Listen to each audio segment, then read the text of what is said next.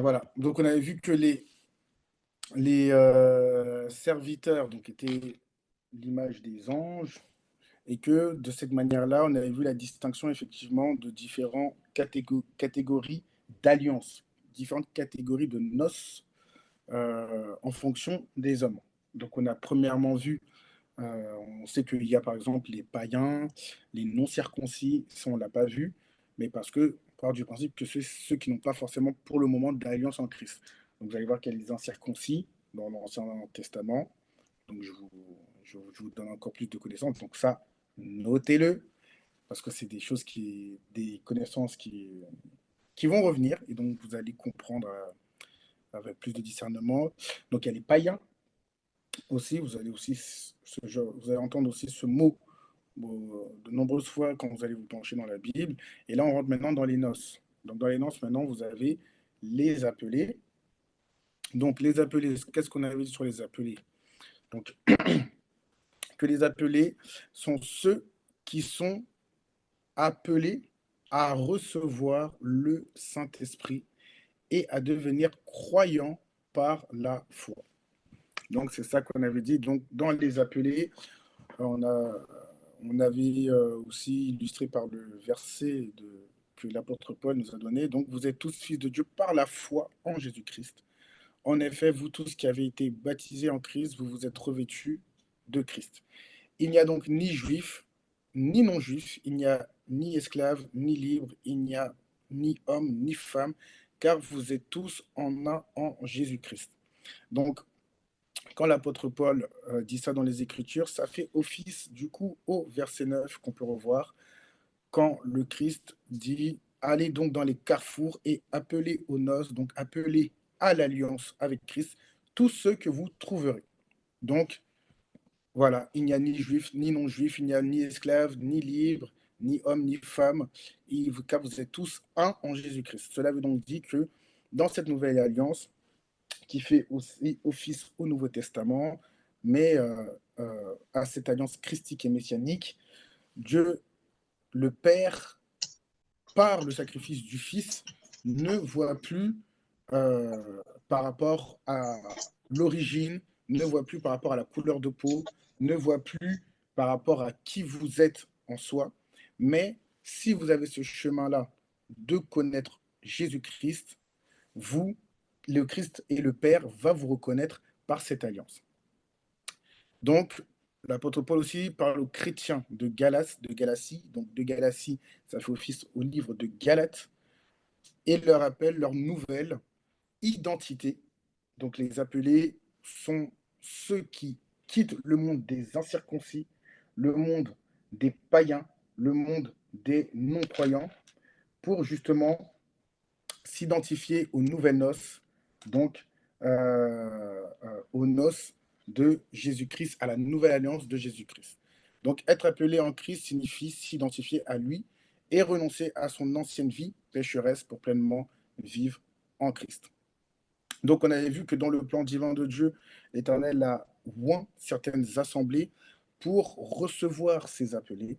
Donc, toute assemblée où il n'y a pas, ou du moins les fidèles ne sont pas appelés à participer au sacerdoce, ce mot-là aussi, soulignez-le, parce que c'est un mot spirituel que vous allez aussi beaucoup retrouver et qu'on va beaucoup utiliser euh, dans le futur et dans nos études. Donc, toute assemblée où le fidèle n'est pas appelé au sacerdoce sont des congrégations pour recevoir ce qu'on appelle les appelés.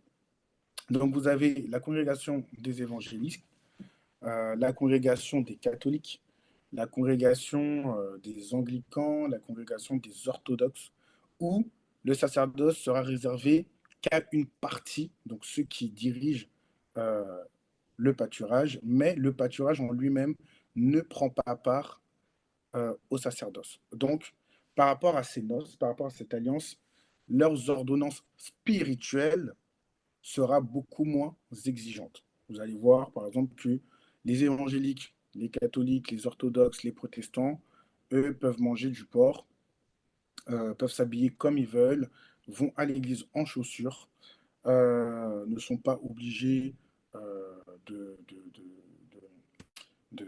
prier, de faire des bains de sanctification, heu et tout ça, parce que leur alliance se résume à ça. Donc les appelés passent de non-croyants à croyants, donc par la foi. On ne va pas forcément leur demander d'avoir une très grande connaissance biblique. Tout ça va faire partie de leur cheminement pour ensuite évoluer spirituellement. Ensuite, dans la deuxième partie, au chapitre 2, nous avons vu du coup la différence entre les appelés et les choisis. Donc les choisis, on avait dit à l'image des 12 disciples, les choisis, en plus de reconnaître le Christ comme sauveur et roi, ces derniers sont choisis pour entrer dans la connaissance aiguë des évangiles. Leur régularité et leur relation avec le divin est solide. Cependant, ils peuvent faire face aux doutes, à la baisse de motivation.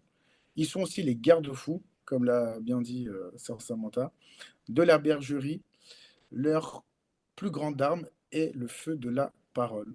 Ils sont en voie de passer de croyants à chrétiens. Donc on avait dit, pour aujourd'hui, euh, des choses qu'il y avait à faire, c'était décortiquer le verset 9, non, le verset 14, pardon, et selon vous, quelle est la différence entre passer de croyant à chrétien? Donc, la différence entre les appelés et les choisis, c'est que les choisis, euh, en plus par rapport aux appelés, vont avoir ce qu'on appelle la connaissance des Écritures et vont être choisis, distingués, désignés par euh, euh, ceux qui pratiquent le sacerdoce, le patriarche, pour passer de passif à actif. Ça aussi, c'est des mots, des notions qu'il faut que vous compreniez. Est-ce que tout le monde comprend la différence entre actif et passif et actif? Alors, quand vous êtes passif, c'est-à-dire que vous allez à l'église, vous vous asseyez dans les bancs, vous priez, vous prenez, vous avez la bonne, vous prenez l'enseignement, la connaissance, et vous rentrez chez vous. Ça, c'est ce qu'on appelle être un croyant ou un chrétien passif.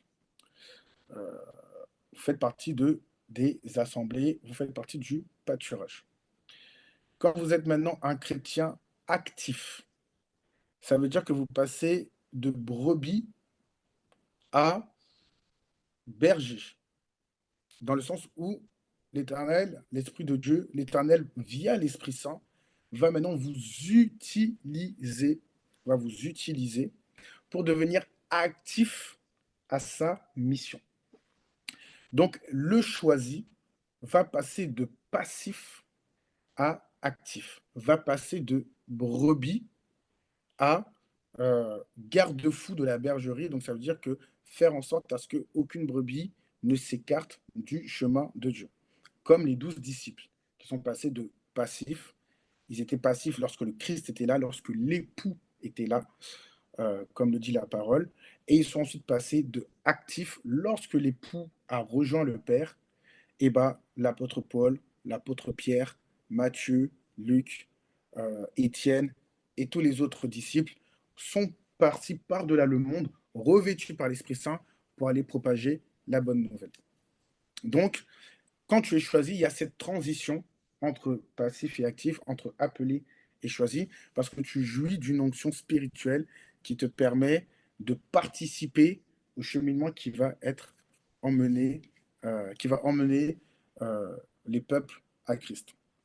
La particularité aussi des choisis, c'est que euh, euh, voilà, ils ont une relation avec leur Dieu assez aiguë, euh, très proche, mais ils sont des fois prompts à la remise en question, à savoir si le chemin qu'ils prennent est bon, euh, parce que voilà, ils sont souvent soumis au doute et c'est des personnes qui ont besoin d'être épaulées par euh, euh, un mentor spirituel ou par un berger au-dessus d'eux qui va pouvoir leur redonner un peu plus de force.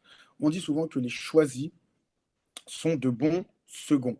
Alors dans la vie, vous allez voir que ça va être des managers, ça va être, des superviseurs, ça va être ça va être de très bons exécutants. Voilà. parce qu'il faut savoir que même dans votre cheminement spirituel, par rapport à l'alliance que vous avez avec votre Dieu, mais aussi par rapport à votre ADN spirituel, la place que vous allez occuper dans le monde va aussi énormément jouer. Quand vous êtes appelé, on va dire que euh, vous n'êtes pas forcément au début prompt à prendre des initiatives. Vous êtes plutôt avoir plutôt même dans la vie, hein, être un peu passif, parce que c'est pas que vous êtes mauvais ou autre, c'est parce que vous êtes dans cette phase d'apprentissage encore. Vous êtes dans cette phase d'apprentissage, vous êtes prompt à vous élever. Donc quand on va vous demander, vous allez voir dans une classe, quand le professeur va dire, bon, il y a un exposé à faire, qui veut prendre l'exposé ou qui veut étudier ce sujet-là, on va dire que, j'imagine, enfin j'illustre, mais pour que vous compreniez, les appelés, bon, vous aurez plus tendance à attendre que l'on vous désigne. Vous allez pas forcément être les premiers à dire oui, moi je veux. Là où le choisi, au début, quand on va dire bon, le premier exposé qui le veut, il va pas forcément se manifester, mais le deuxième exposé, il va plus ou moins se manifester parce qu'il va dire ah oui, ce sujet-là me plaît, donc oui, je vais bien le prendre parce que je sais que dedans, je vais être bon. Les choisis sont de très bons exécutants. Voilà. Donc, pour aussi imager, vous avez, là on est en France, donc je vais utiliser un peu la Constitution française, mais euh, on va dire que les choisis, c'est le Premier ministre et ses ministres. Ce sont des bons exécutants.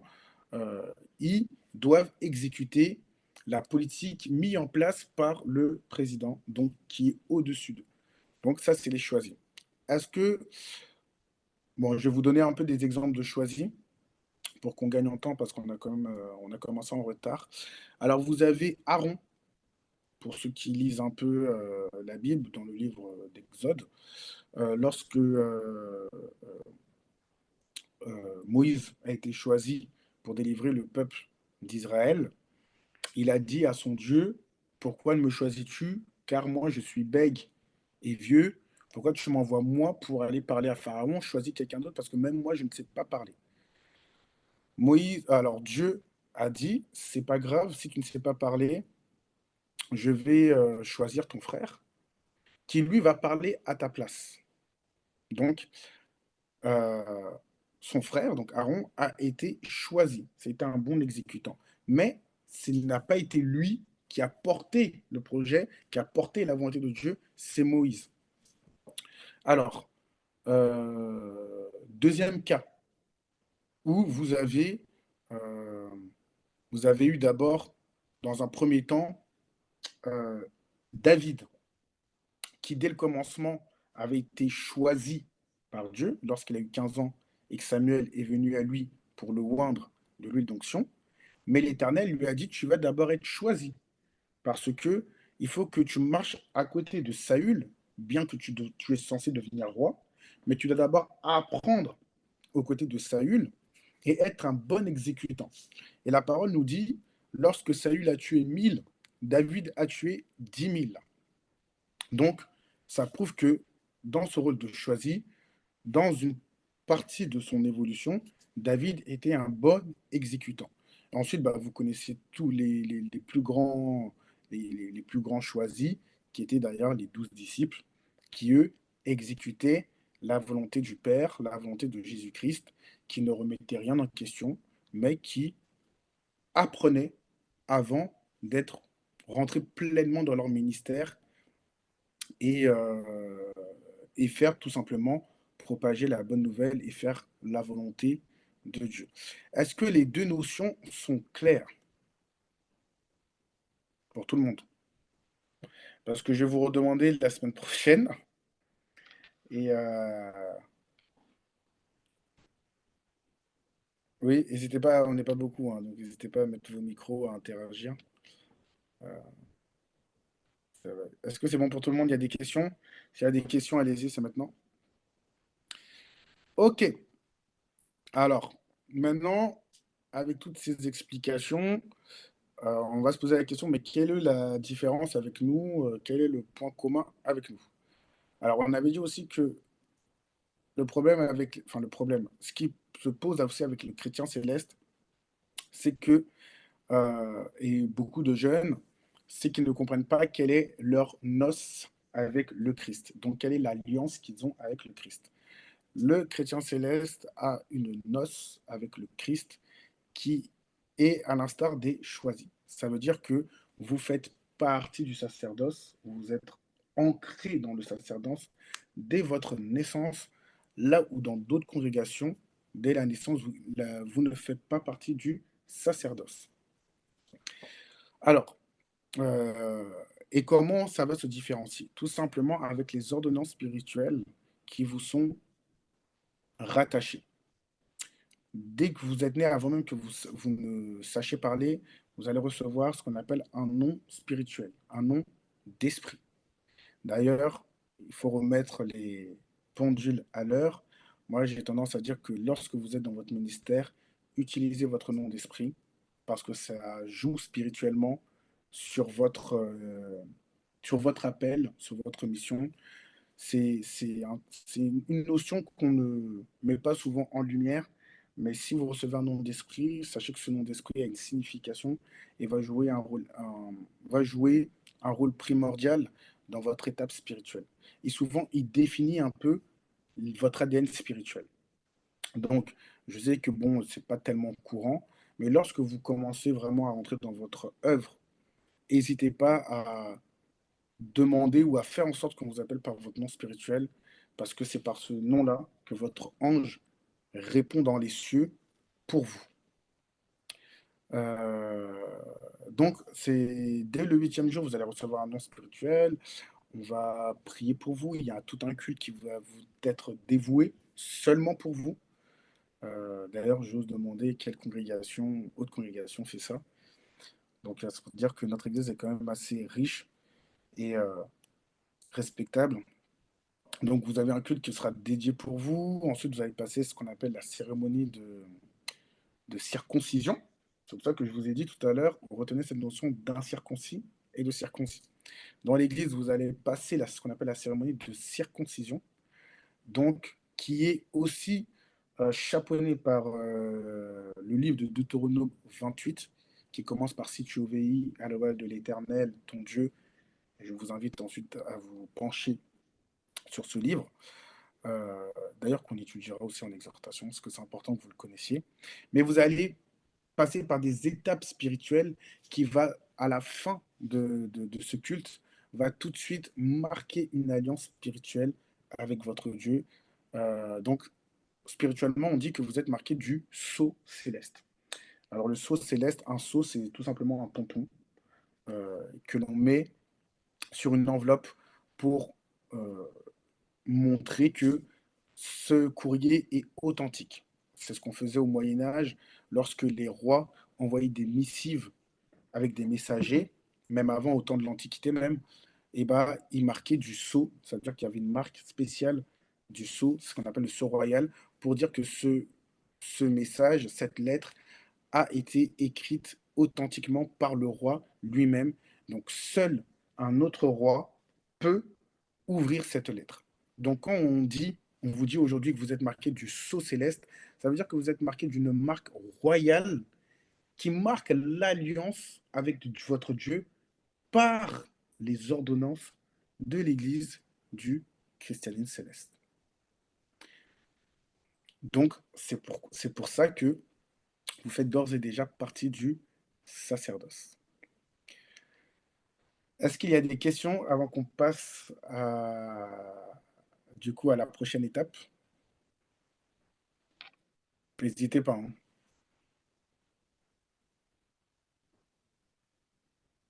C'est clair pour tout le monde? Oui, c'est clair. Ok, parfait. Du coup, euh, bah,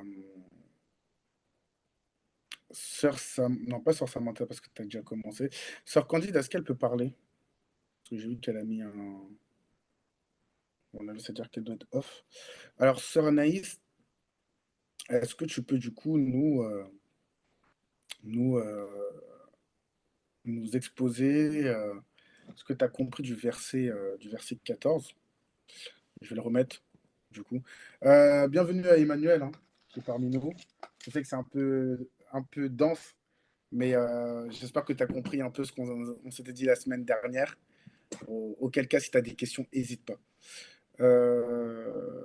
Bah ouais, du coup, sœur Anaïs, tu nous fais un peu le récap de ce que tu as compris, du coup, du verset 14 et du verset aussi en soi, et aussi de ta définition de croyant, non croyant. Croyant à chrétien, pardon.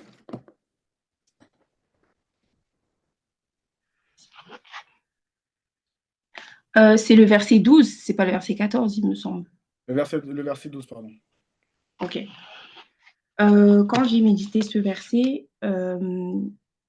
l'Esprit de Dieu me faisait comprendre que l'homme, en fait, qui a la bouche fermée, n'était pas digne devant la face de l'Éternel. Il n'était pas digne et il me renvoie à Ésaïe 29, verset 13, où Dieu dit: «Quand ce peuple s'approche de moi, il m'honore de sa bouche et de ses lèvres. Mais son cœur est éloigné de moi et la crainte qu'il a de moi n'est qu'un précepte de tradition humaine.»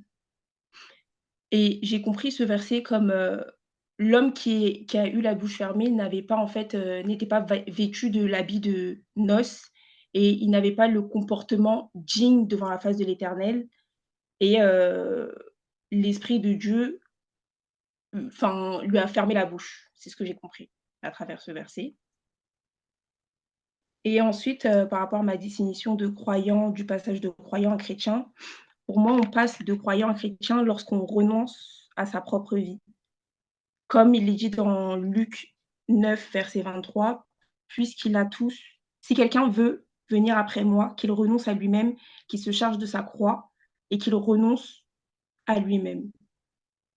Pour moi, ce verset, il définit clairement la marche à suivre pour devenir chrétien. C'est seulement en acceptant Christ par nos comportements, parce que dans le mot chrétien, il y a Christ, et c'est seulement en acceptant Christ par nos comportements et en étant semblables à lui que nous devenons chrétiens. Et premièrement, ça passe par le baptême, et ensuite par les actes que nous allons poser et par notre manière de vivre, tout en respectant les commandements et les préceptes. Voilà. Ok, très pertinent. Surtout le passage que l'Esprit t'a révélé avec Isaïe. Euh, très pertinent. Est-ce que tu peux nous le relire euh, pour, pour que les gens puissent bien comprendre? Le Seigneur dit: «Quand ce peuple s'approche de moi, il m'honore de la bouche et des lèvres, mais son cœur est éloigné de moi. Et la crainte qu'il a de moi n'est qu'un précepte de tradition humaine.» Et c'est Ésaïe 29, verset 13. Isaïe 29, verset 13. Ok, et note-le dans le chat pour que tout le monde puisse l'avoir. Mais très pertinent. C'est que Dieu te fortifie davantage, en tout cas. Ce que j'ai beaucoup apprécié, c'est que tu as pu illustrer aussi le verset avec un passage de l'Ancien Testament, notamment dans le livre d'Ésaïe, sachant qu'Ésaïe a lui-même prophétisé l'arrivée du Christ, et un passage du Nouveau Testament avec le livre de Luc. Est-ce que tu peux nous relire aussi ton verset de Luc? Si quelqu'un veut venir après moi, qu'il renonce à lui-même, qu'il se charge de sa qu'il se charge pardon, chaque jour de sa croix et qu'il renonce à lui-même. Ok. Les autres, vous avez bien compris ou vous avez des questions par rapport à ces versets?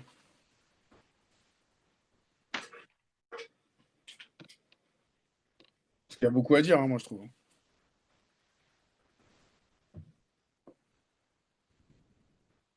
Non?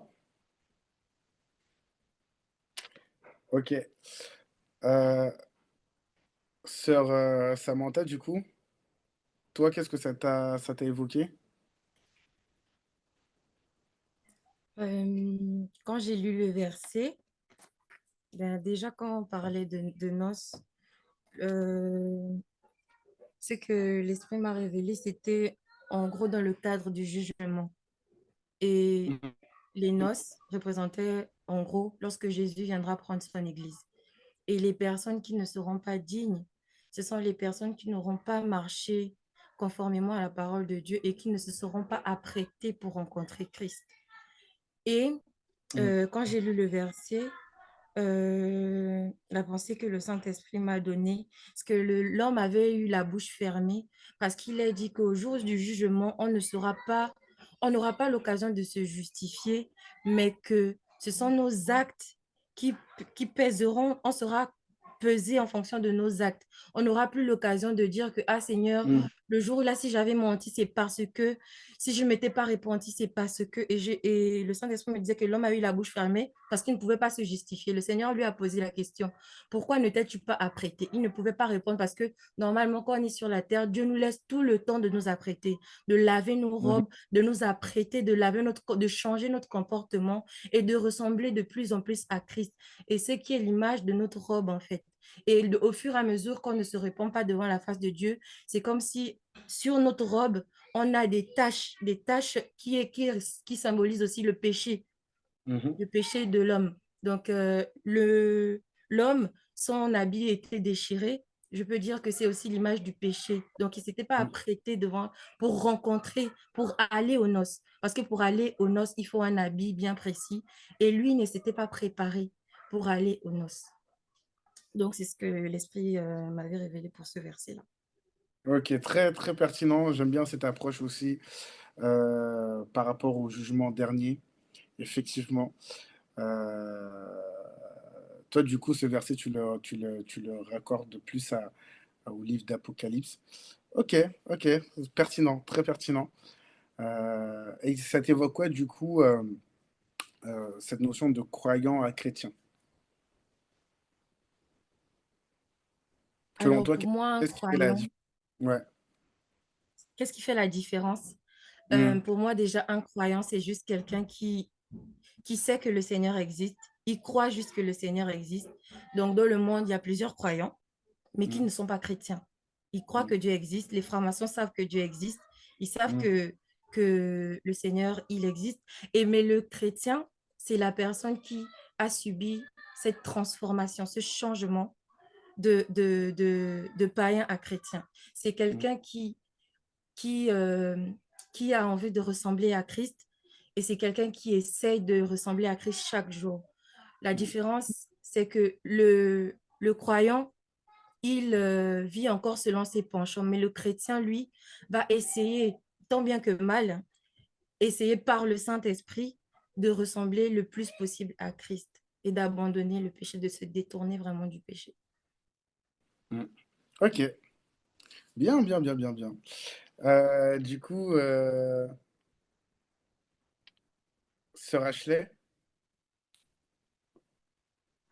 Oui, alléluia, Sœur Ashley. alléluia. Du coup, toi, pareil, hein, même procédé, comment,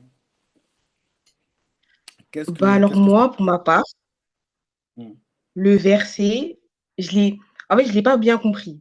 Je l'ai compris, mais je comprenais pas bien. Mais après avoir entendu la sœur Anaïs et la sœur, Samantha, bah, j'ai un peu mieux compris et en fait, je savais pas si c'était l'homme de lui-même qui pouvait pas parler ou si c'était une force qui lui fermait la bouche, soit enfin, je sais pas comment expliquer, mais si quelque chose lui empêchait de parler mm, et du coup, bah, là, je sais toujours pas, mais d'après les méditations des 2 sœurs, bah, je pense du coup, bah, comme la sœur Anaïs, elle l'a dit, bah, il était pas digne et comme la sœur Samantha, elle a dit, bah, devant la face de Dieu, bah, on va pas se justifier ou quoi que ce soit. Du coup, bah, je pense que, bah, il pouvait pas parler. C'était pas lui qui a décidé de pas parler, il avait juste pas le droit, en fait. Je sais pas si ok. je dis bien. Ok, Voilà non, non, non. Comme je dis, il y a pas de... Vraiment, il n'y a pas de mauvaise réponse, il n'y a pas de... Il y a pas de... Ne vous sentez pas du tout jugé. Justement, je sais pourquoi je vous pose toutes ces questions, ne vous inquiétez pas. Et du coup, et pour... Ouais, dis-moi, dis. et du coup, pour le passage de chrétien à croyant, enfin, croyant à chrétien, pardon. Mhm, Bah, pour moi, quelqu'un qui croit, bah, elle croit juste, en fait. C'est-à-dire mhm, qu'elle est là, elle croit en Dieu ou bien peu importe, elle croit Et quelqu'un genre un chrétien, c'est une personne qui œuvre. Je sais pas comment expliquer, mais elle Mhm, va œuvrer, que ce soit à l'église, elle va lire sa Bible, elle va jeûner, elle va faire plein de choses. Enfin, elle va pratiquer, quoi. Être chrétien, c'est quand on pratique et être croyant, c'est quand on croit juste. En plus de ça, là, c'est pas précisé on croit en quoi ou on croit en qui, mais on croit genre. Genre tu croyant, tu crois, quoi. Tu crois juste. mhm. Voilà. Ok, merci Dorothy. Euh, bon, on va pas demander à Emmanuel parce que il a pas suivi la semaine dernière, donc il a le droit à ce sursis. Mais j'espère que la semaine prochaine, pourra plus répondre. Ok, non, mais vous avez absolument tous bien abordé la chose. Pourquoi je vous ai d'abord premièrement posé ces questions? Parce que je voulais voir déjà spirituellement comment votre esprit va vous parler par rapport à ce verset-là. Et là, ce qui est intéressant, c'est qu'on a deux notions. Donc, du coup, on a l'esprit de Samantha qui lui a, du coup, parlé du jugement dernier. Et on a l'esprit d'Anaïs qui, elle, lui a plus rappelé euh, plus des messages messianiques et prophétiques du prophète Ésaïe. Et ensuite, de l'alliance avec le Christ, notamment avec le livre de Luc. Donc, euh, donc ouais, c'est plutôt pas mal et vous avez totalement raison. Donc, effectivement, hein, comme le livre 12 le dit, mon ami, comment es-tu rentré ici sans avoir un habit de noces? Cet homme eut la bouche fermée. Donc, effectivement, il y a cette notion de jugement dernier, comme l'a bien dit la sœur Samantha, où effectivement, bah, on ne pourra plus se justifier parce que c'est le Père qui nous posera la question et on ne pourra plus se justifier. Et Ésaïe, pour rebondir aussi sur comment l'Esprit a révélé à la sœur Anaïs, nous parle de ça. Nous parle de ça euh, lorsqu'il il prophétise l'arrivée du Christ, mais il parle aussi de ceux euh, qui sont incirconcis, ceux qui sont païens, ceux qui ne seront pas revêtus et qui n'ont pas pris part aux noces, qui n'ont pas pris part à cette alliance avec le Christ, et donc qui voudront prétendre à aller au paradis, qui voudront prétendre à manger et s'asseoir avec le Christ, mais qui ne sont pas revêtus et transformés par l'Esprit de Jésus-Christ. Et effectivement, cette notion de croyant à chrétien, c'est important de le savoir. Euh, Il y a des personnes qui ne seront pas forcément d'accord, mais euh, pour moi, c'est de la logique spirituelle. Donc, la plupart, les gens font beaucoup la différence entre croire, la plupart des chrétiens d'ailleurs, euh, se disent que parce qu'ils croient, ils sont chrétiens.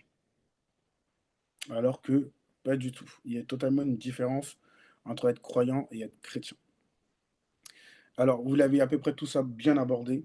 Euh, c'est clairement, on est tous dans le même chemin. Euh, le croyant, vous en côtoyez beaucoup, Euh, que ce soit dans votre famille, que ce soit même à l'église même, ou que ce soit même vous-même, que ce soit même vous-même, euh, même moi, mais je peux vous en parler, mais peut-être même moi, euh, nous n'arrivons pas à faire la différence entre croyant et être chrétien. Alors que la parole nous parle de ceux qui croient et des chrétiens. Être croyant, c'est s'appuyer sur le principe de la foi. C'est ça, être croyant. Et la Bible parle du croyant que par le prisme de la foi. D'ailleurs, vous avez un verset qui est connu et que tout le monde utilise un peu à tort et à travers, qui est le fameux verset qui dit tout est possible à celui qui croit. Donc, celui qui croit, c'est celui qui a la foi en Dieu. Donc, qui croit dur comme fer que Dieu existe, que Jésus existe, que lorsqu'il va prier, invoquer, ça va se réaliser, et qui croit aussi au principe du jugement dernier et à l'enlèvement, qui croit au message messianique. Ça, c'est le croyant. Et vous allez voir que les assemblées, sont énormément, peut-être à 95%, composés de croyants.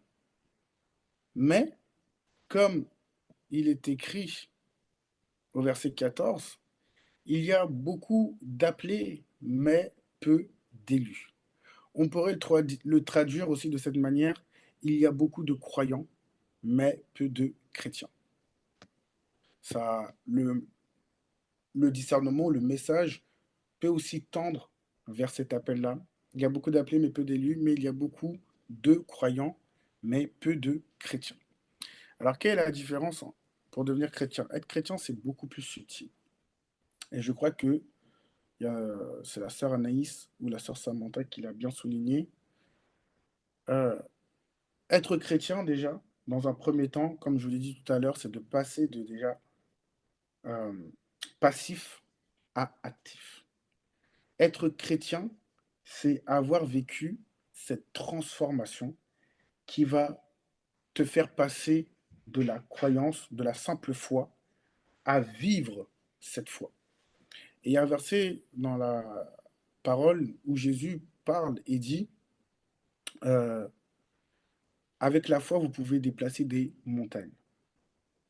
Le croyant qui va y croire, il va pas avoir forcément la force spirituelle, aura pas forcément la force spirituelle pour pouvoir faire vivre cette foi, là où le chrétien sera doté de cette force spirituelle pour pouvoir faire vivre cette foi.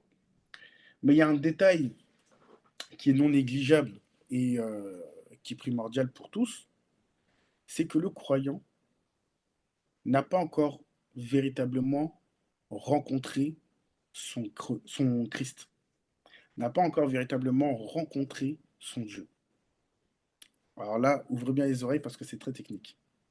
Le croyant a été visité par Dieu, a été visité par le Christ, a été visité par l'Esprit Saint. Donc, il y a l'Esprit de Dieu a fait la démarche vers lui pour l'appeler, afin qu'il croie à son appel, afin qu'il croie à l'Esprit Saint, afin qu'il croie à Christ. Mais lui n'a pas encore fait ce cheminement pour connaître qui l'appelle, pour connaître Christ, pour connaître en véritablement, sur tous les points, son Dieu et connaître son alliance. La différence avec le chrétien, c'est que Jésus a fait un pas vers lui, il a reconnu Jésus comme son sauveur et il a fait la démarche de connaître le Christ, de connaître son Dieu. Elle est là la différence entre les deux. Et le canal qui va permettre à un croyant de devenir chrétien et de pouvoir rencontrer son Dieu, c'est tout simplement la parole. C'est la première étape pour connaître son Dieu. Quand je dis connaître la parole, vous allez dire que si je parle, c'est un peu euh, drastique ce que je dis, ou un peu dur, mais pour vraiment connaître Christ, il faut connaître les Écritures saintes. Si vous vous revendiquez chrétien, ou si vous faites face à un chrétien qui vous dit que lui, il est chrétien parce qu'il a rencontré Jésus par des témoignages en vision ou autre, mais qui ne connaît pas les saintes Écritures, cette personne ne peut pas revendiquer être chrétienne. Cette personne est tout simplement croyante, c'est-à-dire qu'elle a la foi en Jésus-Christ, l'Esprit a fait le cheminement vers elle, mais elle n'a pas fait totalement le cheminement vers son Dieu pour le connaître sur tous ses aspects. Et l'héritage qui nous a été donné, le chemin qui nous a été donné pour connaître Christ, de nous-mêmes pour aller vers lui, c'est la parole. Et vous allez voir la différence quand vous allez vraiment connaître les évangiles, connaître la parole, connaître de Genèse jusqu'à Apocalypse. Vous allez voir que votre alliance, votre force, votre foi, votre force de prière va totalement changer et votre même alliance va changer. Vous allez peut-être passer d'appeler à choisir parce qu'il y a beaucoup de choses qui vont se révéler à vous. Et vous allez faire un avec le Christ. parce que vous avez fait cette démarche d'aller vers lui, de le connaître. Donc, elle est là vraiment la grande nuance. Donc, aujourd'hui, hein, si vous voulez vraiment devenir de bons chrétiens, vous devez connaître votre Dieu. Lui vous connaît, parce que c'est lui qui vous a envoyé sur cette terre, c'est lui qui a fait qu'aujourd'hui vous êtes chrétien, c'est lui qui connaît votre vie de A à Z. Les prophéties que vous avez reçues, là, il les connaît. Les futures prophéties que vous allez recevoir, il les connaît. Les, quand est-ce que vous allez mourir, lui, il sait. Quand est-ce que vous allez avoir vos succès, lui, il sait. Mais vous ne connaissez pas totalement encore votre Dieu. Et donc, le premier passage, c'est d'abord connaître les Écritures. Après que vous ayez connaissance de ces Écritures, vous allez vivre ce qu'on appelle la transformation. Et ça, c'est une étape qui est importante pour toute personne qui veut aller vers le Père. Je précise, hein, pour toute personne qui veut aller vers le Père. Toute personne qui veut aller vers le Père doit vivre sa transformation. Et les apôtres ont eu ce cheminement-là où ils accompagnaient le Christ, mais ne faisaient que l'accompagner. Ils croyaient en lui, mais ils n'étaient pas totalement revêtus, premièrement, de l'Esprit Saint pour passer de croyants à chrétiens. Même quand le Christ leur parlait, ils ne comprenaient pas, parce qu'il parlait, Jésus-Christ parlait en parabole. Mais lorsque le Christ est crucifié et qu'il est ressuscité, qu'il est monté au ciel, ensuite est descendu aux enfers et remonté au ciel, c'est là que les disciples ont été revêtus de l'Esprit Saint et sont passés maintenant au stade de chrétien. Et ils sont passés au stade de chrétien, c'est-à-dire que lorsque tu es véritablement chrétien, tu deviens maintenant co-héritier du Christ. C'est-à-dire que le Christ vit à travers toi. Et euh, euh, euh, euh, ta mission, ton cheminement, tout ce que tu dois faire te sera révélé. Mais tant que tu n'as pas passé cette étape importante qui est la connaissance de la parole, la connaissance de la lumière, tu ne pourras pas atteindre ce qu'on appelle la science des mystères. Donc la science des mystères, c'est-à-dire étudier toutes les choses qui sont mystérieuses, toutes les choses qui sont cachées, qui sont seulement révélées à ceux qui ont connu leur transformation spirituelle. Est-ce que c'est clair pour cette notion de croyant à chrétien pour tout le monde ou est-ce qu'il y a des questions, des éclaircissements pour votre compréhension? C'est clair pour tous. C'est Aurélie, bienvenue. Oui, Ok, parfait. Euh, et donc, vous, qui êtes la nouvelle génération, il est là, premièrement, votre premier appel. C'est d'abord de comprendre clairement quelle est votre mission. C'est-à-dire pourquoi vous êtes chrétien, pourquoi vous êtes noir et pas, vous n'êtes pas né blanc, euh, pourquoi vous êtes chrétien céleste, qui est une église africaine, pourquoi l'esprit se manifeste sur vous, pourquoi dès qu'il y a un cantique, vous criez partout Élie, Élie Saint, pourquoi vous avez le don de chantre, pourquoi vous jouez des instruments, quelle est véritablement votre place? C'est ça. Et il n'y a pas d'âge pour se poser ces questions-là. Vous savez, David, il a été oint.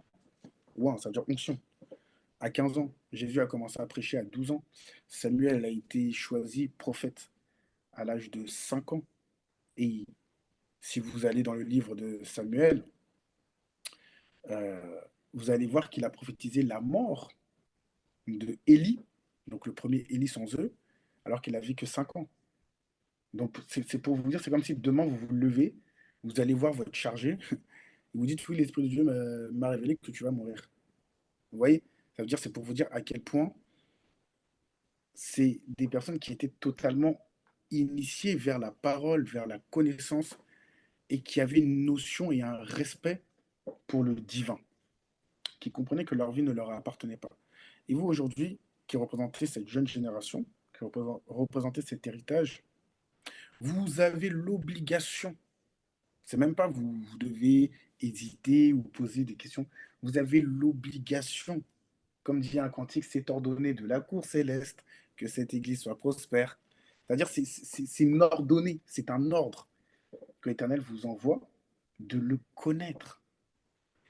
Et pour le connaître, vous devez lire la parole. Peu importe le temps que ça vous prendra, 1 an, 2 ans, 1 mois, 2 mois, mais vous devez maîtriser les Écritures afin que votre plan divin que l'Éternel a prévu pour vous puisse s'accomplir. Disons que c'est la première étape. L'Éternel ne peut pas vous donner l'étape 2 si vous n'avez pas passé l'étape 1. C'est comme si vous faites les choses à l'envers. C'est pas possible.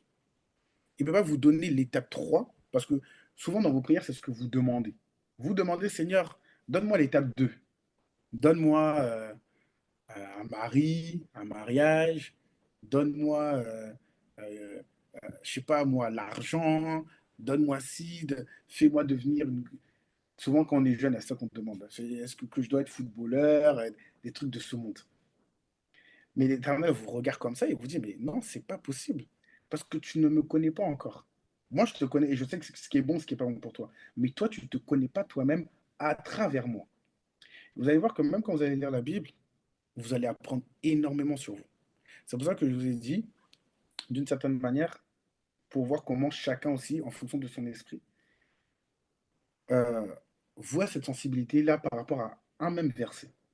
Et vous avez vu que, avec Anaïs et Samantha, le verset n'a pas été perçu de la même manière. Donc, vous allez aussi apprendre à vous connaître spirituellement, mais aussi dans la société, quand vous allez lire les Écritures. Et quand l'Éternel va vous révéler aussi certaines choses sur vous, mais aussi sur le monde qui vous entoure. Et comme je vous l'avais dit la semaine dernière, si l'Éternel vous révèle des choses à plus forte, sur les autres, sur les gens qui vous entourent, à plus forte raison, pourquoi il ne vous révélera pas des choses sur vous-même? Donc, lire la parole va nourrir votre esprit, va nourrir votre intellect et va vous permettre de passer de croyant à chrétien et de appeler à choisir. Ça, c'est important. Et je m'adresse surtout aux femmes, ne vous dites pas que parce que dans l'Église céleste, le sacerdoce, on va dire le sacerdoce, ce que moi j'appelle le sacerdoce, un peu des lévites, ça veut dire du sang des saints est réservé aux hommes, que vous, les femmes, vous n'avez pas de rôle. Vous devez autant connaître la parole que les hommes, parce que l'Éternel vous utilise beaucoup, et que en tant que chrétienne céleste, vous faites d'ores et déjà partie du sacerdoce spirituel. Donc, pour ce faire, vous devez tous les jours, même si c'est un petit verset, toujours vous initier à la parole, à lire un peu, méditer. Lire un peu, méditer. Et même là, le cheminement qu'on fait là, que vous faites en faisant les sessions d'exhortation, ça va aussi éveiller votre cheminement. Donc, j'aimerais vraiment que vous gardez dans votre cœur et dans votre tête cette nuance entre croyants et chrétiens et qu'aujourd'hui, vraiment, ça devienne un premier objectif dans votre cheminement spirituel avec votre Dieu pour vous dire, voilà, Seigneur, euh, aujourd'hui, je veux m'élever à toi. Tu t'es révélé à moi. Donc, aujourd'hui, je prends l'initiative de me révéler à toi. Bien que tu me connais, mais je vais faire ce cheminement-là de me révéler à toi. Et en retour, l'Éternel vous donnera des choses di- euh, diverses et variées pour que vous puissiez, dans tous les compartiments de votre vie, amener les gens vers le Christ. Mais c'est l'étape 1. Et ça, je pense qu'on ne met pas assez l'accent dessus. Beaucoup, comme tout à l'heure, je vous parlais de passif et d'actif, beaucoup viennent à l'église et se disent, bon, je compte sur le prédicateur pour m'initier à la parole, je compte sur tel devancier, je compte sur telle personne, je compte sur telle personne. Au début, oui, l'Éternel peut vous envoyer une personne qui va vous accompagner. Mais sachez que vous devez toujours tendre à ce qu'on appelle euh, la maturité spirituelle. C'est-à-dire que vous ne pouvez pas éternellement être des bébés spirituels. À un moment donné, il faut aussi que vous tendez vers ce qu'on appelle la maturité spirituelle pour que l'Esprit de Dieu puisse réellement vous utiliser et que vous puissiez vraiment, véritablement rentrer dans votre mission. Là, aujourd'hui, je pense que peu d'entre vous connaissent réellement leur mission. C'est pas un problème, c'est normal. Mais lorsque vous allez emprunter ce chemin, il y a beaucoup de choses spirituelles que vous allez comprendre et vous-même, vous allez comprendre quelle est véritablement votre mission. Est-ce que c'est clair pour tout le monde ou est-ce qu'il y a des questions sur les méthodes, sur comment faire? Ouais, on fera aussi une session d'exhortation sur la pratique. Parce que c'est vrai que souvent, on enseigne beaucoup de oui, il faut lire la Bible, mais il y a cette problématique-là de savoir comment lire la Bible et de la comprendre. Euh, Comme elle dit de toute façon la sœur Rachel au début, qu'elle a lu le verset mais qu'elle n'avait pas forcément compris. Donc ça aussi, vous allez voir qu'il y a des méthodes euh, pour bien comprendre. C'est clair pour tout le monde? Je regarde un peu dans le chat si vous avez des questions.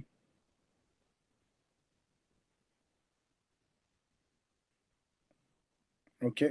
Qui rencontre des difficultés pour lire la parole ou qui ne sait pas par où commencer, comment, comment faire, comment véritablement comprendre?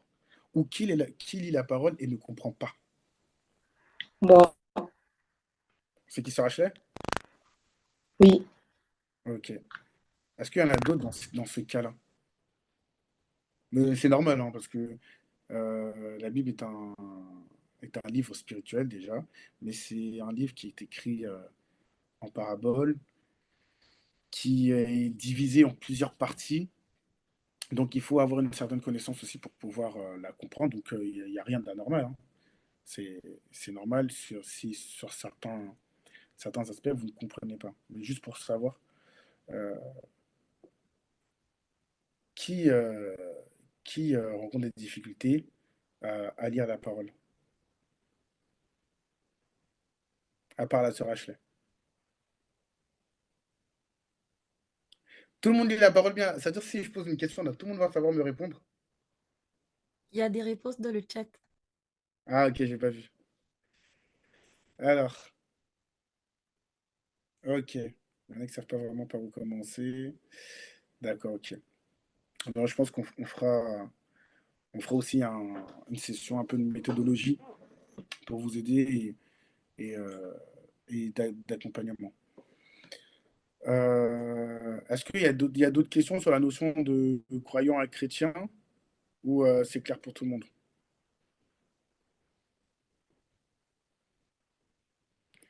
Silence ou acceptation? Ok, bah c'est clair. Ok, donc là, attends, faut que je vois aussi la notion du temps parce que je n'ai pas de montre. Ok, il est déjà 22h25. Ok.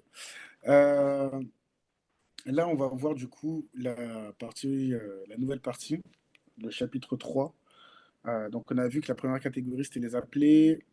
Les deuxième catégorie, c'était les choisis. Et on va voir du coup la troisième catégorie, donc chapitre 3, qui sont les élus. Euh, Est-ce que quelqu'un, Sœur Anaïs, est-ce que tu peux nous lire la slide, s'il te plaît? À l'instar des appelés qui sont appelés et qui vivent leur ministère principalement par la force de la foi, croyants, et les choisis qui sont désignés et qui vivent leur ministère principalement par la force de la connaissance. Les élus sont ceux prédestinés et vivent leur ministère principalement par la force de l'esprit et marchent dans ce monde avec les dons spirituels particuliers. Ok. Donc, c'est un récap. Donc, comme vous pouvez voir, hein, donc, les appelés qui sont appelés, donc il n'y a pas de piège, vivent principalement leur ministère par la force de la foi. Donc, ils sont premièrement croyants. C'est aussi cette notion de baptême qu'avait apporté Jean-Baptiste. Les choisis, eux, sont désignés. Donc, ça aussi, retenez bien ces mots spirituels parce que ça définit aussi les noces. Ça définit aussi l'alliance que l'Éternel a avec nombre d'entre vous et nombreux des chrétiens.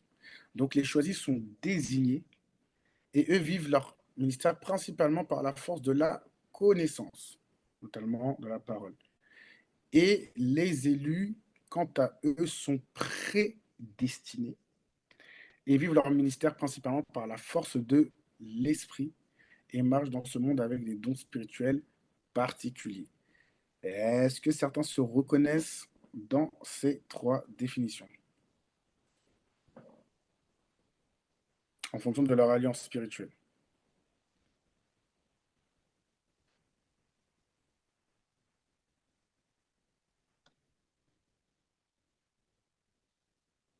Oui, non, non, oui. Moi, je sais pas. Ok. Les autres? Oui. Ok. Alors, quelle est la différence avec les élus? Les élus sont prédestinés et vivent leur ministère principalement par la force de l'esprit. Est-ce que quelqu'un peut me donner un exemple d'élu dans la Bible? Tout simple. C'est du tac au tac. Jérémie, Oui, Jérémie. Qu'a dit Jérémie? Sœur Samantha. Ok, sœur Samantha. Toujours prompte. C'est bien. Les autres, allez, un exemple. On a Jérémie, ok.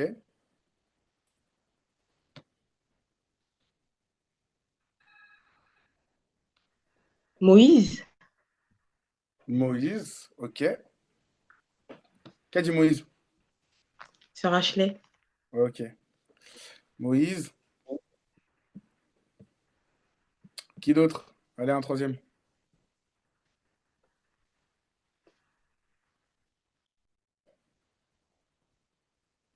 Un troisième ou une troisième.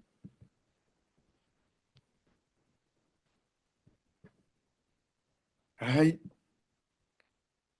un troisième. Ben, l'Élie bah, de en fait, j'ai Jésus, Jésus-Christ. Mais Samantha, merci. Mais toi, tu avais déjà donné une réponse. Mais je savais que tu avais la réponse. Mais oui, euh, j'ai une question. oui, ça Ashley. En fait, si eux, c'est les élus, c'est qui les choisit, en fait? On a l'impression que c'est un peu la même chose. Je sais pas C'est- comment Oui, il y a, expliquer, mais c'est effectivement, c'est plus technique. Il y a une ressemblance, mais elle n'est pas pareille. On va la voir. Alors, OK. les choisis, effectivement, comme on a dit, si tu veux penser, ceux qui représentent bien les trois notions, appelés, choisis et élus, c'est les disciples. Pierre, l'apôtre Pierre, et surtout l'apôtre Pierre. Retenez bien, ça va être facile, pour que tu puisses comprendre. L'apôtre Pierre était premièrement un pécheur. Jésus-Christ est allé à lui, l'a vu, et il a dit, cesse de pêcher du poisson, mais sois un pêcheur d'hommes. Donc, à partir de cette parole, le, Pierre est passé de ce qui s'appelait Simon. C'est pour ça que je vous parlais aussi. Là, je fais une petite aparté avec les noms spirituels. Donc, Simon, que Jésus est allé voir, a dit aujourd'hui, tu vas t'appeler Pierre. Et sur cette pierre, je bâtirai mon église. Cesse de pêcher du poisson, mais viens avec moi, tu seras un pêcheur d'hommes. Donc, Simon, à travers cette renaissance, a été appelé par Jésus-Christ. Donc, comme on l'a vu tout à l'heure, Jésus-Christ est allé à lui. Ensuite, Simon-Pierre a laissé son ancienne vie. Il a laissé son ancienne vie, sa vie de. Il était pêcheur, mais au sens propre du terme. C'est-à-dire qu'il pêchait du poisson. Il a laissé son métier, son ancienne vie, pour ensuite suivre Jésus. Donc, il, il est passé du stade de appeler à désigner. C'est-à-dire que Jésus l'a désigné et lui a dit, c'est par toi que vivra mon église, tu t'appelles Pierre, et sur cette pierre, je bâtirai mon église. Donc Pierre est devenu un disciple. Donc il est passé de appelé à choisi. Il a été désigné. Ensuite, lorsque le Christ est mort, Pierre est devenu le premier disciple, le premier apôtre. ce n'est plus devenu un disciple, mais c'est devenu maintenant un apôtre. Donc il est passé maintenant au stade d'élu. Il a été revêtu par le Saint-Esprit. Et lorsque le Christ est mort, le Saint-Esprit est descendu sur les 12 disciples et ils ont reçu ce qu'on appelle des dons spirituels. La parole dit qu'ils ont parlé plusieurs langues, ils ont parlé la langue des anges et ils ont été revêtus de l'Esprit christique qui leur a permis eux aussi de faire des miracles. Donc ils ont été élus. Donc si vous voulez vous poser des questions ou vous ne savez pas comment définir ces trois notions, utilisez l'apôtre Pierre qui est l'exemple parfait. Est-ce que ça répond à ta question, Ashley? Sœur Ashley? Oui, Ok. Mais il y a aussi des choisis dans la Bible. Aaron, lorsque Moïse devait aller parler à Pharaon, comme on l'a dit tout à l'heure, l'Esprit de Dieu l'a choisi, l'a désigné. Ça veut dire que Dieu a dit, je désigne ton petit frère Aaron pour parler en ton nom. Il y a les petits prophètes, ce qu'on appelle les petits prophètes.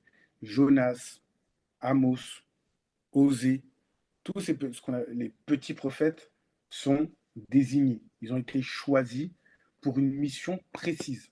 Jonas a été désigné dans la foule.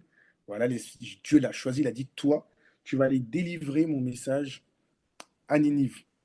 Il a voulu désobéir et il est parti à Tarsis. Donc, ça, ce sont des personnes qui ont été choisies. Les élus, c'est différent. Les élus sont prédestinés. Et vous allez voir que même dans la vie de tous les jours, aujourd'hui, cette alliance n'est pas rompue. Il y a toujours des élus dans votre entourage qui marchent avec vous, qui marchent, que peut-être vous-même vous êtes élu, mais vous ne le savez même pas. La différence avec les élus, c'est que, euh, comme il est écrit, ça va être cette petite nuance, c'est qu'ils sont prédestinés. Prédestinés, ça veut dire qu'ils sont déjà façonnés avant leur naissance par l'Esprit de Dieu. Ils sont façonnés euh, euh, euh, avant toute chose. En fait, l'Éternel ne leur laisse même pas le choix. Là où, par exemple, les appelés vont d'abord avoir leur vie sans alliance, sans noces, Jésus va se révéler à eux, le Christ va se révéler à eux, et eux vont être appelés. Les choisis, les désignés, eux, vont euh, connaître déjà cette notion de Christ. Ils vont la connaître. Ça veut dire ils vont naître dans une famille chrétienne, ils vont naître dans une famille croyante. Du moins, la notion du divin sera déjà autour de leur entourage. C'est-à-dire ils vont venir au monde déjà des petits en ayant inculqué cette notion de croyance, cette notion de divin. Maintenant, ce qui va faire la différence, c'est qu'ils vont être désignés tout simplement. Et le fait de rentrer dans une connaissance précise va les orienter vers une mission claire et nette, comme Jonas. Et ensuite, maintenant, vous avez les élus. Eux, c'est totalement différent. C'est-à-dire que chaque chose qui va se passer dans leur vie est déjà écrite par Dieu. C'est-à-dire que pour être très clair, leur vie ne leur appartient pas du tout. Là où eux pensent que leur vie leur appartient, que les choix qu'ils font, c'est en fonction de leur intelligence, chaque chose est minutieusement choisie et minutieusement prédestinée et minutieusement faite pour qu'ils puissent rentrer dans leur plan divin parce qu'ils sont un instrument important dans le plan de Dieu.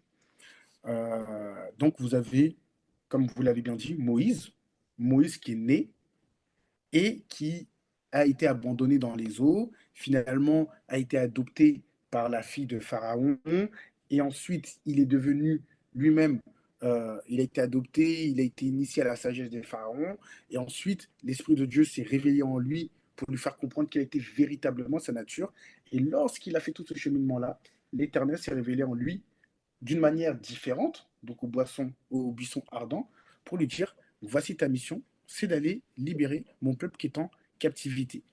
Mais, mais, voilà, se rachetait pareil. Joseph lui était un choisi. Tu n'es pas forcément un élu. Tu es un choisi. Euh, le truc qu'il faut comprendre avec Moïse, c'est que l'Éternel avait révélé à Abraham, à 400 ans avant que Moïse vienne au monde, il avait révélé à Abraham en lui disant que ton peuple, qui est rentré en Égypte grâce à Joseph, comme l'a si bien dit la sœur Ashley, sera tenu en captivité pendant 400 ans.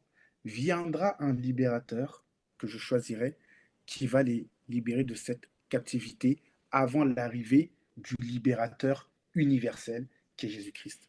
Donc, alors que Moïse n'était même pas pensé, ça veut dire que Abraham ne savait même, n'avait nulle connaissance d'un certain Moïse, mais il savait que d'ores et déjà, Dieu le Créateur avait déjà dans son plan divin prédestiné un homme qui va venir à un tel instant et avoir une mission beaucoup plus grande qui va libérer ce peuple. Et maintenant, de manière un peu plus formelle, est-ce que vous connaissez une autre personne qui a été élue et qui marche vraiment avec nous tous les jours? C'est facile.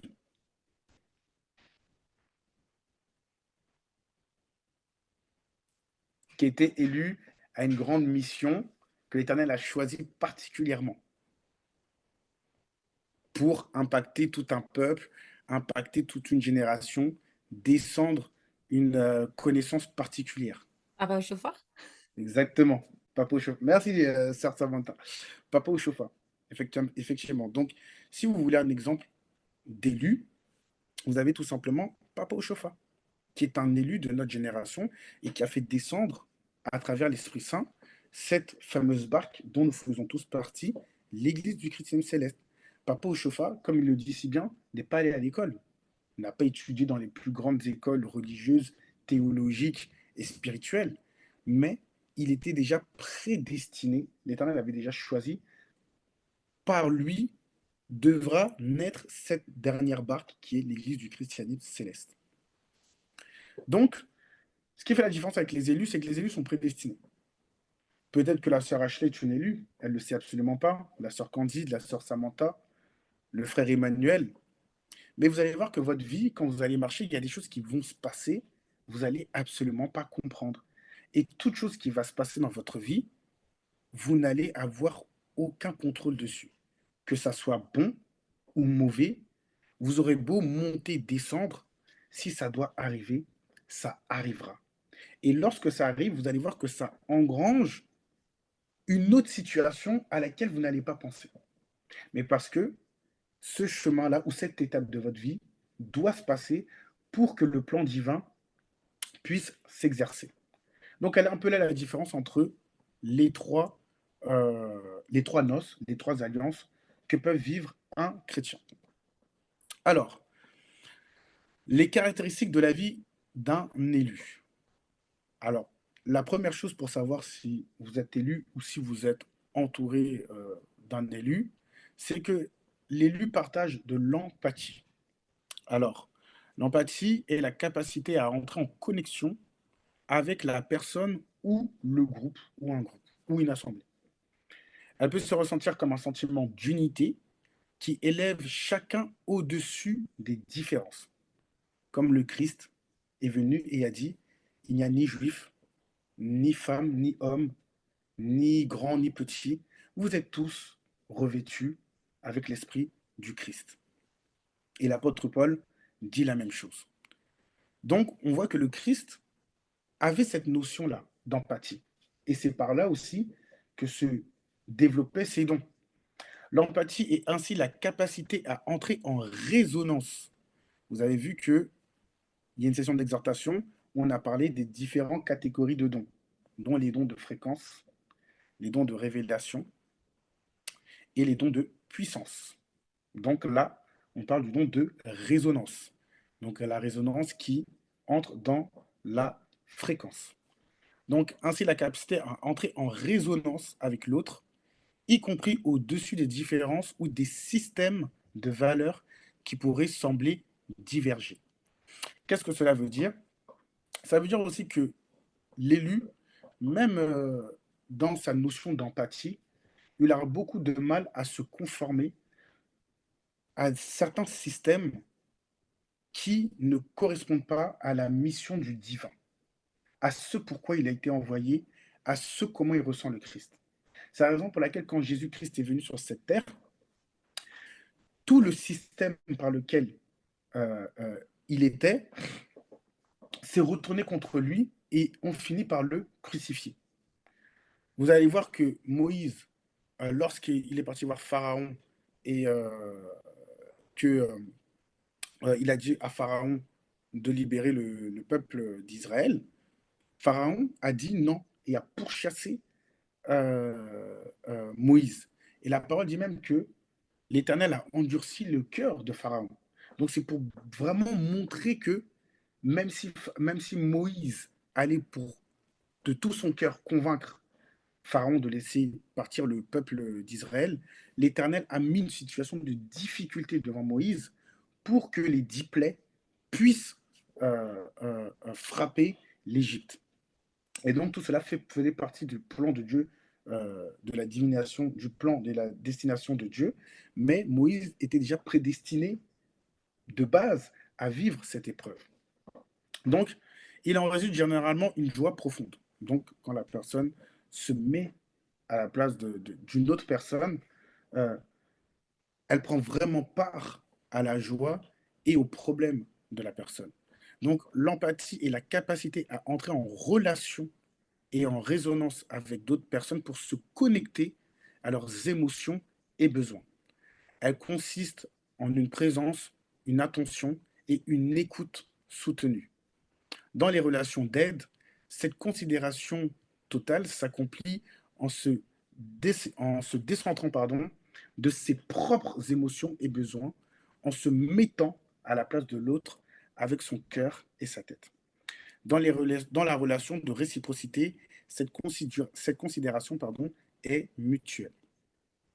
Donc, je pense que nombreux d'entre vous, euh, ou pas, ont cette notion d'empathie en eux.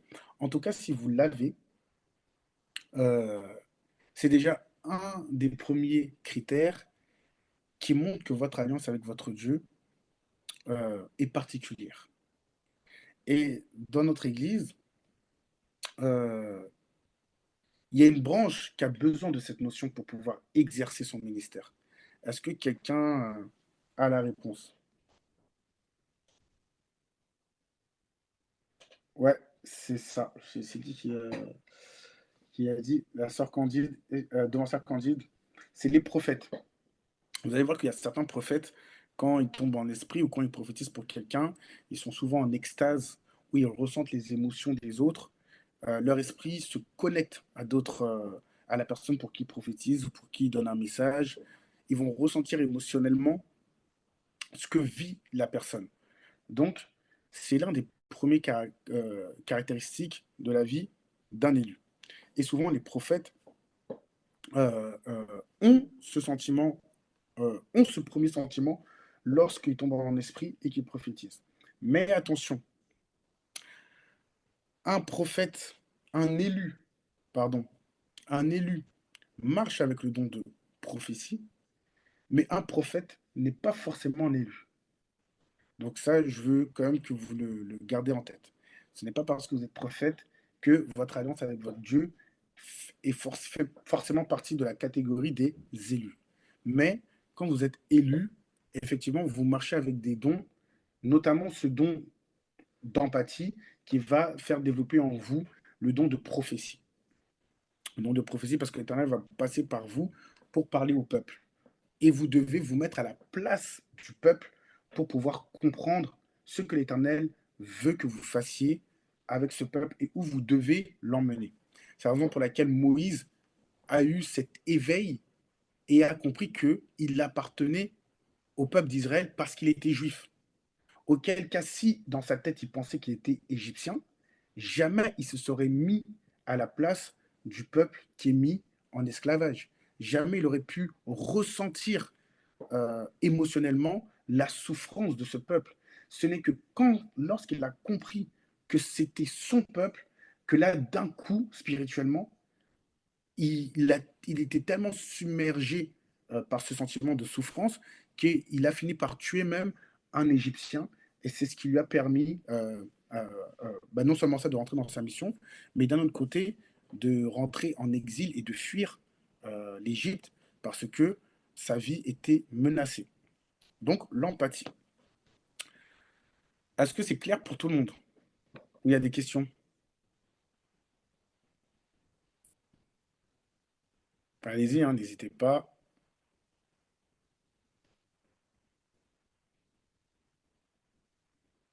C'est clair.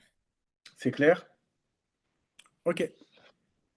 Le deuxième aspect, ça va être donc la vie de sacrifice.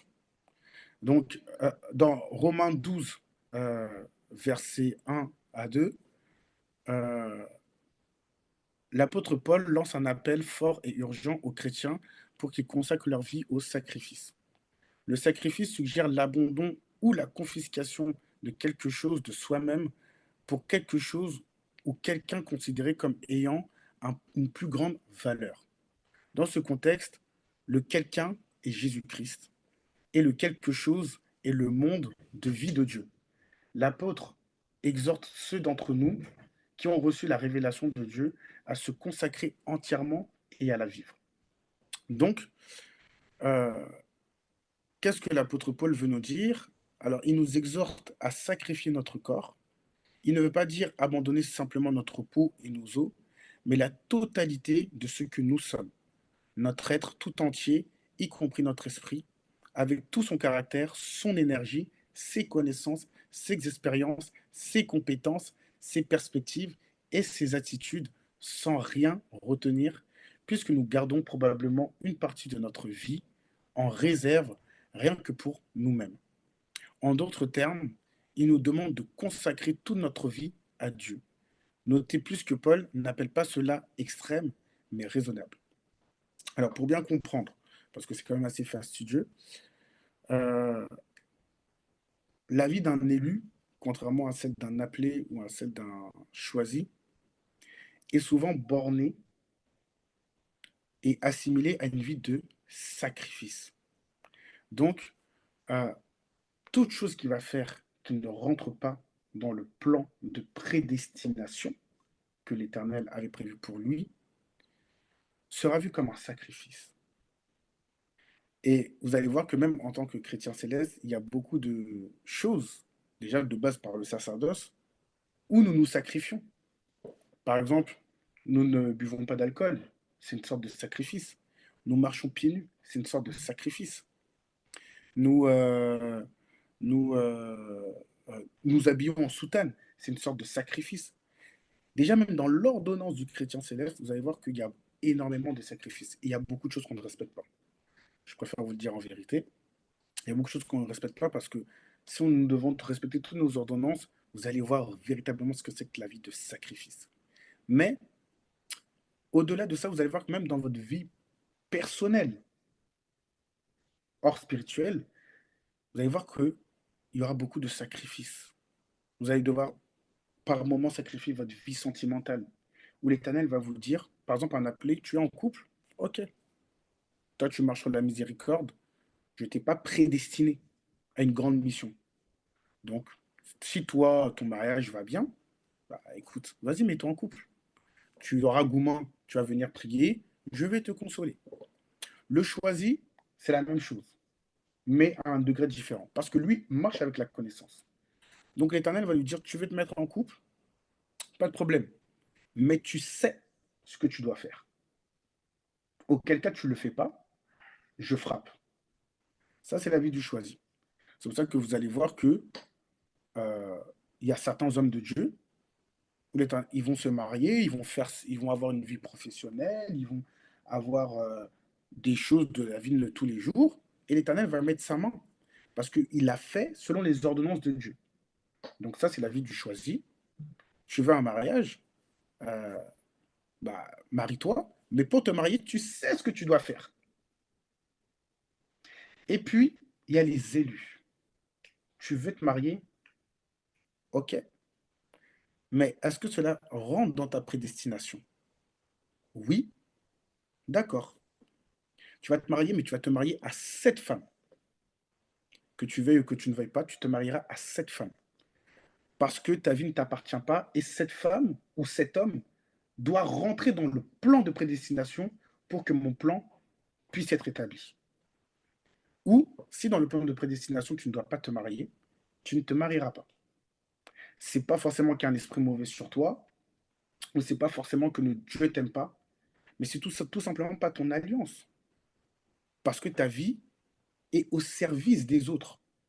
Tu ne peux pas utiliser de ce temps-là pour te consacrer à tes propres biens, à ta propre vie, à ton propre mariage, à tes propres trucs. Non, l'Éternel t'a retiré et ta vie, elle est prédestinée. Comme Jésus, par exemple, ou comme l'apôtre Paul, qui, lorsqu'il a reçu sa transformation, est passé tout de suite de païen, de incirconcis, à élu d'office. Et donc, il a fait preuve de chasteté. Il ne s'est pas marié, il a consacré toute sa vie à l'œuvre de Dieu. Il l'a sacrifié. Et c'est pour ça que, à la fin de la slide, vous voyez que Paul, l'apôtre Paul, n'appelle pas cela extrême, mais il appelle ça raisonnable. C'est-à-dire que pour lui, ce sacrifice, il n'y a rien de plus beau sur cette terre. Là où les appelés, ou les païens, ou les incirconcis vont dire, mais c'est un choix extrême, jamais je pourrais faire ça. J'aime trop la vie, j'aime trop la richesse, j'aime trop m'amuser. Lui, il va dire, mais c'est que vous n'avez pas compris, vous n'avez pas la connaissance. Parce que ce que je fais, je sais pourquoi je le fais, et c'est totalement raisonnable. Ou certains d'entre vous, vous n'allez pas comprendre. Vous allez vous battre pour avoir un métier, avoir une profession, vous n'allez pas comprendre et ça ne marche pas. Ça ne marche pas parce que cela ne rentre pas dans votre prédestination, tout simplement. Vous allez faire tous les Aja Kuraja, tous les combats, tous les trucs. Mais ça ne va pas marcher. C'est pas parce qu'il y a un mauvais esprit sur vous, c'est que c'est tout simplement pas dans votre plan divin parce que vous êtes élu. Mais vous ne le savez pas. Vous êtes juste élu. Et c'est important de savoir dans quelle catégorie on est. Vous vous placez, quelle est votre noce avec votre Dieu, quelle est votre alliance. Parce que si vous rentrez dans une alliance qui n'est pas la vôtre, votre vie sera un fardeau. Votre vie sera un fardeau. Votre vie, vous allez la subir. Et vous allez passer à côté de ce pourquoi l'Éternel vous a appelé. Alors que quand vous connaissez votre alliance, vous savez que vous êtes un choisi, un appelé, un élu. Ensuite, on verra la partie 3. On verra maintenant les autres parties parce que vous allez voir qu'il y a encore d'autres niveaux. Et ben, il y a certaines choses qui vont vous arriver dans la vie et vous allez dire que le nom de Dieu soit loué. Tant que j'ai la vie et la santé, je sais que ma vie ne m'appartient pas, c'est Dieu qui est au contrôle de ça. Et tout ce qui va vous arriver de bon et tout ce qui va vous arriver de mauvais, vous allez le mettre entre les mains de Dieu. Et si les gens se rient de vous, oui, ah, tu n'es pas marié, ah, tu es dans le célibat, ah, tu es au chômage, tu n'as pas de travail, les gens ne pourront jamais comprendre votre réalité. Parce que dans la mare des hommes qui peuplent cette terre, les païens, les incirconcis, les non-croyants, les athées, les sophistes, les satanistes, tout ça, déjà l'Éternel vous a enlevé pour être chrétien. Mais même dans la barque des chrétiens, entre les évangéliques, les orthodoxes, les catholiques, l'Éternel vous a choisi pour être céleste. Mais même dans les célestes, entre les appelés, les choisis, les élus, l'Éternel vous a encore distingué. Mais même dans ça, entre les prédicateurs, les prophètes, il y a trop d'alliances. Et dans tout ça là, il y a seulement vous et votre vie. Vous ne pouvez pas être maître de votre vie, vous comprenez? Donc des fois, vous allez voir vos amis, vous allez voir votre ami, tout va lui réussir. Mais vous, ça ne marche pas. C'est pas parce qu'il y a un esprit... Oui, des fois, il peut y avoir un esprit de blocage, c'est vrai. Dans ce cas-là, l'esprit, Dieu vous aime tellement qu'il va envoyer un prophète et va vous dire les travaux qu'il faut faire pour que cet esprit-là soit chassé. Mais si vous êtes dans une situation comme ça et que l'Éternel n'envoie aucun prophète, vous priez, il ne se passe rien, euh, mais que malgré ça, vous êtes toujours là et que l'Esprit de Dieu est toujours en vous, c'est tout simplement, l'Éternel essaie de vous sortir dans une situation où tout simplement vous devez passer par cette situation pour entrer pleinement dans votre mission. Pourquoi? Et ensuite, on va terminer là et le reste, on le fera la semaine prochaine. Parce que le choisi, euh, est utilisé à un instant T pour la mission de Dieu, mais il y a beaucoup de choses qu'il va faire où ça va être centré sur sa vie, où lui-même va témoigner des miracles de Dieu, que Dieu a fait dans sa vie, et l'Éternel va l'utiliser beaucoup pour initier les appelés. Mais l'élu, c'est différent parce que sa vie, elle est au service des autres. Comme le dit le livre Romains 12, euh, pour lancer un appel fort et urgent aux chrétiens, et là on n'est plus aux croyants, aux chrétiens, pour qu'ils consacrent leur vie au sacrifice. Jésus, lui, il a sacrifié sa vie spirituelle, mais il a aussi sacrifié sa chair. Mais là, qu'est-ce qu'il nous dit? Le sacrifice suggère l'abandon et la confiscation de quelque chose de soi-même pour quelque chose ou quelqu'un considéré comme ayant une plus grande valeur. Dans ce contexte, le quelqu'un est Jésus-Christ et le quelque chose est le mode de vie de Dieu. Donc, ça veut donc dire que votre vie, elle est sacrifiée au service de quelque chose qui est beaucoup plus grand que vous-même. Là où l'appelé n'aura pas cette alliance. Et là où le choisi n'aura pas cette alliance. Le choisi va travailler avec l'élu. Ils vont travailler de concert. Mais ça ne sera pas la même alliance. Comme les disciples avec Jésus, comme Aaron avec Moïse. Mais l'élu, lui, sa vie, elle est consacrée à quelque chose de beaucoup plus grand, à une cause qui est beaucoup plus grande. Euh, Déjà, bibliquement, comme élu, bah, vous avez Jésus, vous avez Moïse, vous avez Jean-Baptiste. Jean-Baptiste. Euh, D'un point de vue religieux, par rapport à nous, vous avez Papa Ochofa, qui lui a sacrifié toute sa vie pour quelque chose de plus grand, donc l'Église du chrétien céleste dont nous sommes héritiers.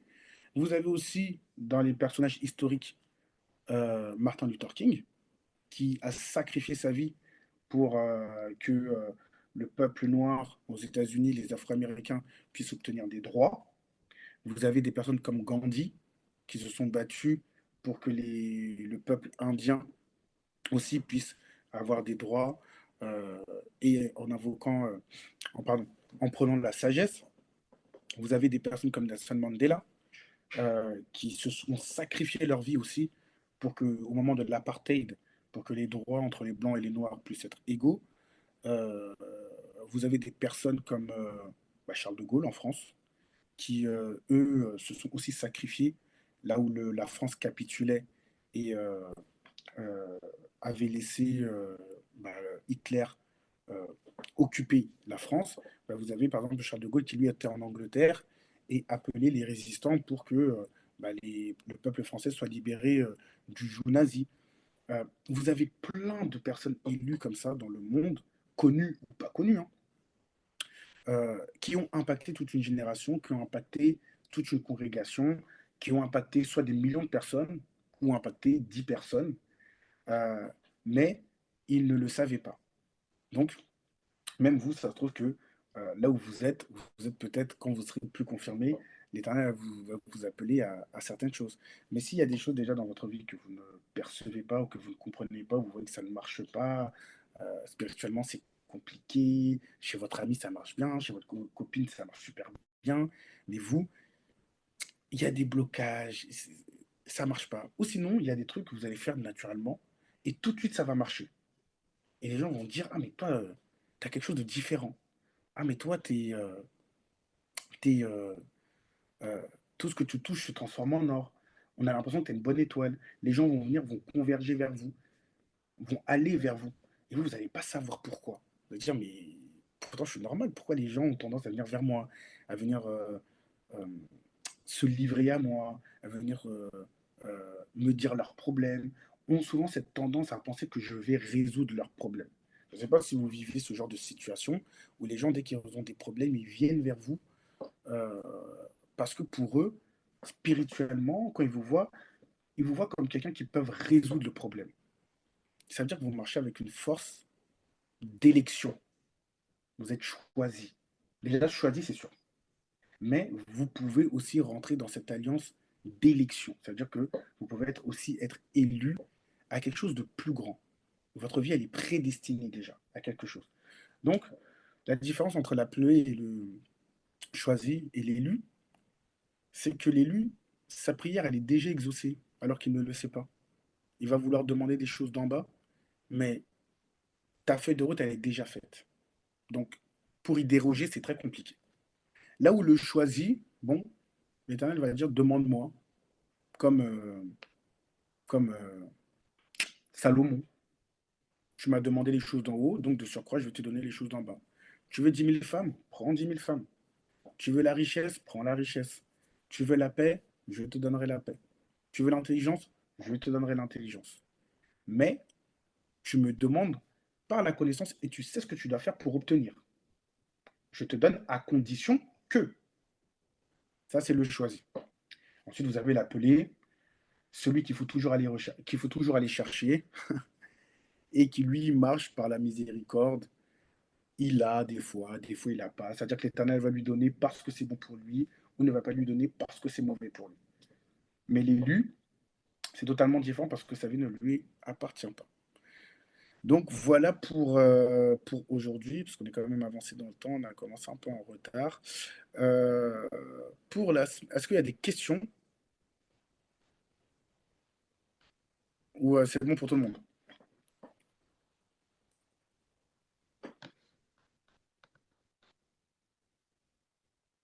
Pas de questions, pas de questions. Questions? Ok.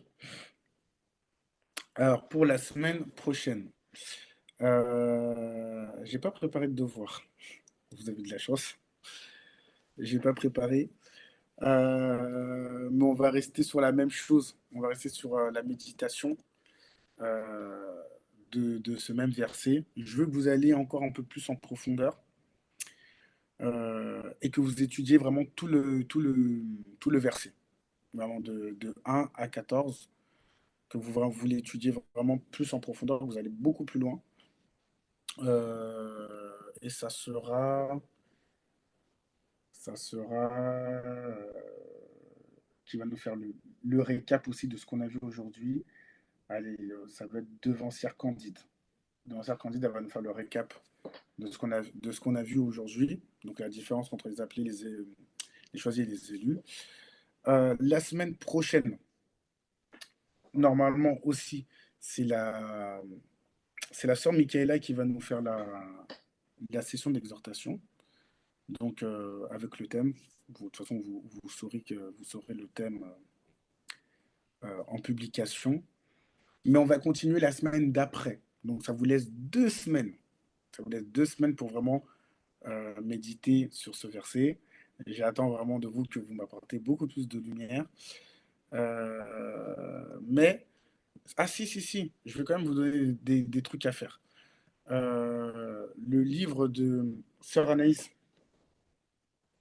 je crois qu'elle avait donné un verset.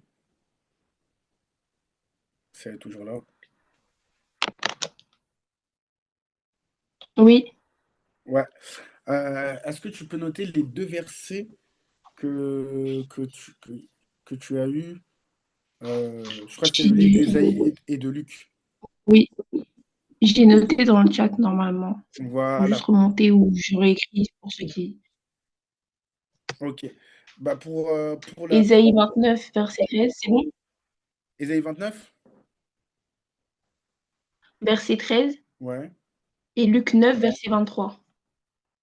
Ok. Donc vous avez 2 semaines. Donc dans 2 semaines qu'on va reprendre le thème euh, des places spirituelles. Vous allez méditer sur ces deux livres et voir quel est le lien qu'il y a entre les deux. Alors pourquoi je vous demande de faire ça?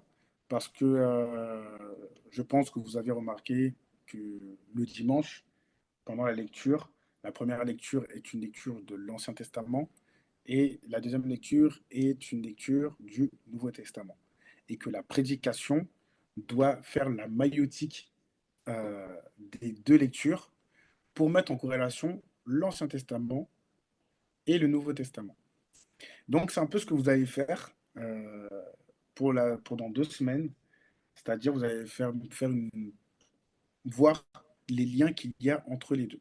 Donc que Dieu te bénisse, sœur Anaïs. Je pense que tu ne savais pas que ça allait être un sujet d'études, mais Dieu fait bien les choses.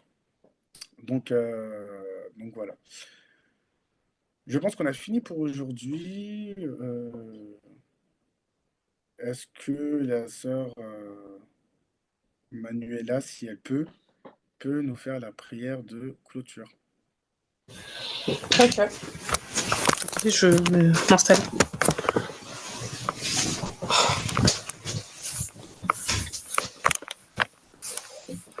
Gloire soit au Père, au Fils et au Saint-Esprit, comme il Comme était il au était au commencement, commencement, ainsi est maintenant, et là sera maintenant. éternellement. Amen. Jéhovah, Saint, Jésus-Christ, Saint, Saint Michel. Saint. Éternel Tout-Puissant, je te remercie, Seigneur, de nous avoir permis d'être là en ce jour. En Amen. ce jour de miséricorde, je ne suis pas digne d'élever la voix vers toi, mais dans ta miséricorde infinie, tu nous as permis d'être devant de toi. C'est pour ça, Seigneur, que nous te disons merci de nous avoir permis de partager ton pain en ce jour. Père éternel, fais en Amen. sorte de graver ces paroles dans notre cœur, fais en sorte que nous puissions retenir ces paroles, fais en sorte que ces paroles ne cessent de nous édifier tout au long de